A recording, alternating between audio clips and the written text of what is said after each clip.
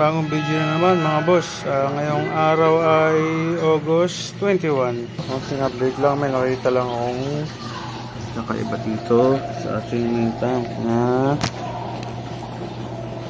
may nag-molt na naman. So good sign na naman yan kasi hindi na babad molt. Ibig sabihin okay yung quality ng tubig natin. Kasi hindi sila nababad molt, tsaka okay din ang ating mga pakain. Ang suspecha ko ito nasa taas na to, female. Yan, ito yata yung nakita natin na nabidyohan ko na kasama nitong male sa isang hide. So hindi ko sure baka nag-molt kasi preparing na siya, baka mag-egg na siya. So sana, pero sana na hindi sana kasi wala pang paglalagyan. Pero bahala na kung dumating yun, gawa na lang ng paraan. Hirap i-focus. Yan. So yun, siya yung tingin ko siya nag-molt. So female, male, ito yung isa pang female naman. Okay. So yun yung male na putol lang galamay. So hindi siya yung kasi kamumult na lang. Tapos ito yung isang maliit na kamumult lang din ng huli na naputulan din ng claw. So siya lang yun, possible. Yan. Itong female na to. Yun lang. Tuwa lang ako kasi nagsipag-molt sila. Either dahil okay yung quality ng tubig natin, tsaka nagpapakain tayo ng protein. Yung sa superworm, tsaka may napapak sila dyan na maliliit na apple snail. Yun lang muna update. Ito ko lang kaya ba kasi may nag-molt. Ito, ganun pa rin. Napapak na yung wala na malunggay. Nakita ko kanina kumuha siya dyan ng kapiraso, tapos dinala nyo dun sa loob ng hide niya. Ito mahirap pakita kasi ang laki ng height laki ng space niya. Ang daming hide. Pero ayan, okay lang din naman siya dito. Yun lang mga boss, konting update lang kasi may nakita lang ko na kakaiba na nakakatawa rin kasi yun nga, nag-molt, malaki sila, mga alaga natin. So nauubos na rin pati yung mga ano dito, plant sa ibabaw, hornwort, tsaka guppy grass kasi nakikita ko yung mga apple snail, hindi nang ginagawa. Malapit dito, tapos kakapit sa konti, tapos magpapalaglag, tapos kakainin na nila yung guppy grass o hornwort kung anong mahawakan nila. Makukulit eh. So yun lang, baka magdagdag ako ng plant na ulit kasi wala na halos. Yung mga maliliit na isda, mga anak ng molly sa atin, medyo naglalakihan na. Nawawalan din siya, laki-laki na nga ng unti. Nawawalan na sila ng hide eh, kaya bibilihan ko ng guppy grass siguro at saka hornwort. Kano lang 30 pesos lang isang plastic ng yelo. Ngayon, naglalabasan na sila kasi nauubos na yung tuga nila na halaman. Ngayon lang, simpleng update lang mga boss. Yeah mga boss, dagdag na update lang dito sa ating tank. Ayan na, paubos na yung pinagmoltan. Nakita natin kanina. Tapos, hindi ko makita pa rin kung alin yung nagmolt. Pero parang ito, nasa gilid na yun. Yung dito. Ano siya, yung nagmolt. So, siya yung nakita natin nakasama ng male ay isang hide. So, baka possible yan maglilay na ng egg. Di ko sure, hindi tayo expert. Baka lang. Baka kaya siya nagmolt. Tapos, yung dito lang sa guppies, yung dalawang eto, red dragon snake skin na female natin. Ito, saka yung isa yan. Yung sinama natin dito sa unang buried natin, inalis na natin. Pinalitan ko ng yung maliliit. Meron ako nahuling maliit, yung mga ganyang kalalaki na. Pinalitan ko ng 3 piraso doon sa baba kasi para dire-diretso pag nag-drop na yung railings nya, hindi ko na pa problemahin na baka kainin nung dapis yung mga railings. So mas maliliit lang yung pinalit ko. Tapos ito, kung natatandaan nyo, diba yung mail natin ito bigla na lang nawala, hindi ko alam, baka kinain ng crayfish natin.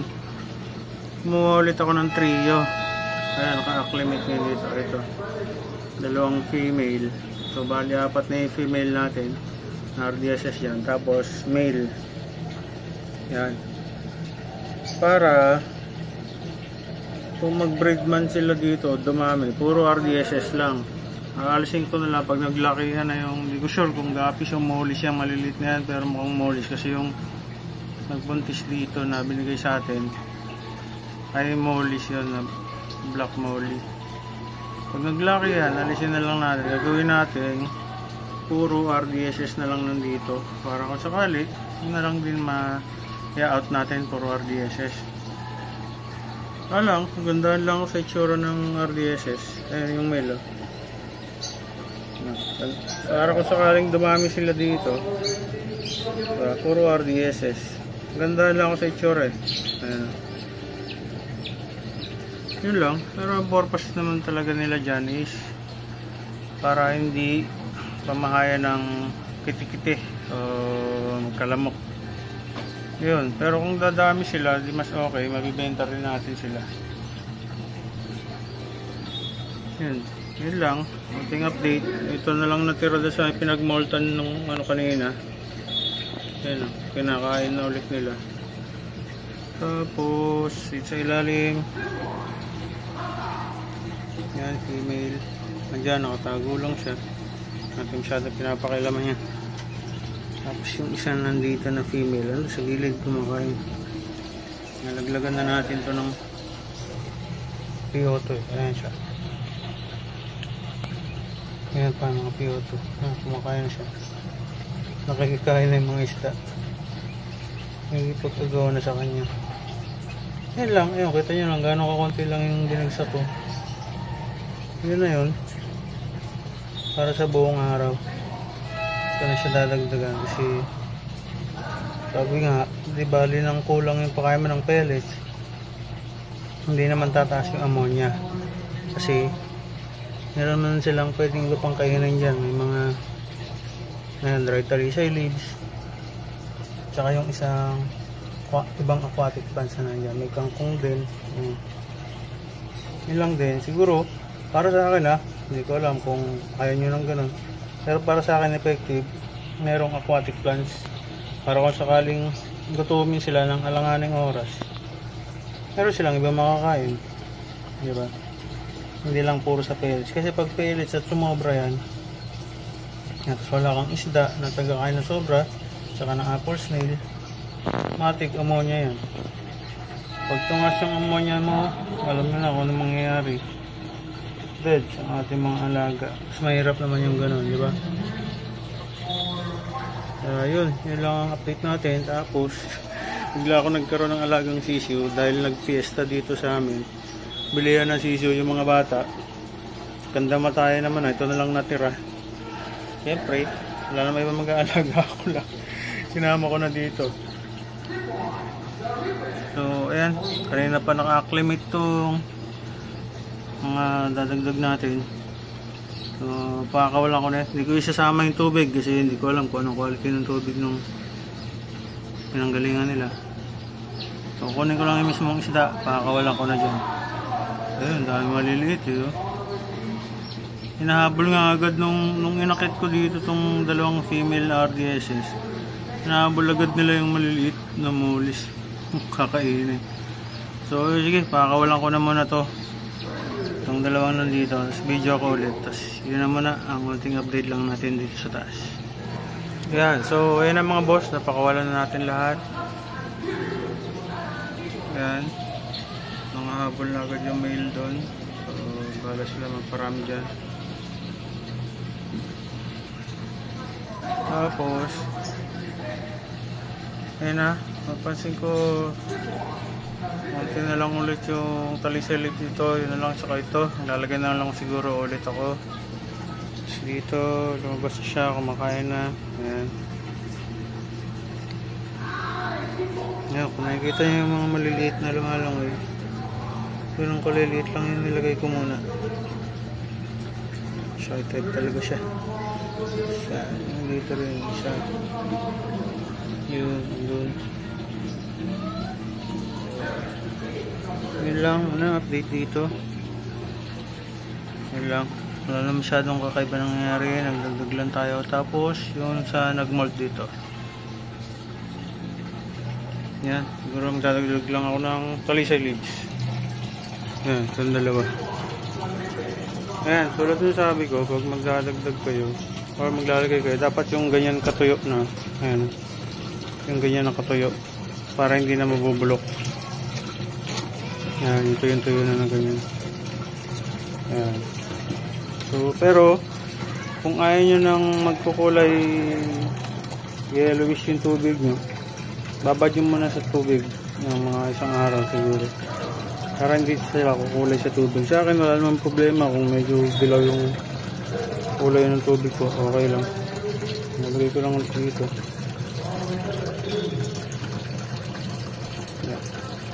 Medyo lulutang pa yan kasi bagong lagay lang. Pag basang-basa na, lubog na yan. So lalagay din ako sa likod para hindi sila nag-aagawan.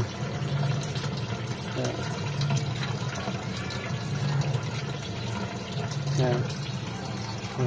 Lubog na. Yan. Yun lang. Tapos yung kangkong ang taas na. Oh, taas na ng kangkong. Lang, magdadagdag na siguro ako nung gapi grass ulit tsaka hornwort kasi kinakain din nila, sinusungkit tulad nito, itong isang female na malaki nanunungkit na naman kanina ng halaman. So yan, yun lang muna mga boss. Abang-abangan ko yung isang nag-molt kung siguro 1 to 2 days kung magbubuntis siya o hindi kasi malamang yun yung yung female na kasama ng male sa hide. Yung nakita na videoan ko na magkasama sila sa hide. Nasasama ko dito sa video yun, yung nakita ko sila na magkasama. So yun lang mga boss. Salamat sa panonood. Next video ulit, update lang ulit pag may dagdag bawas na ginawa. Kung may mga kakaibang nangyari dito sa ating munting setup. So yan, newbie setup, budget meal setup natin ng crayfish farming. Excited na ako sa dalawa sa babae. Pero syempre, pag crayfish, bawal inip talo kayo dito. So yun lang. Nagtitinda pa ako. Salamat mga boss. Uy, may nakita ako mga kakaiba na naman. May magkasama na naman sa hide. Ang ilang araw, mayroon na naman tayong buried. Pero hindi pa magkaharap eh. Ito pa lang.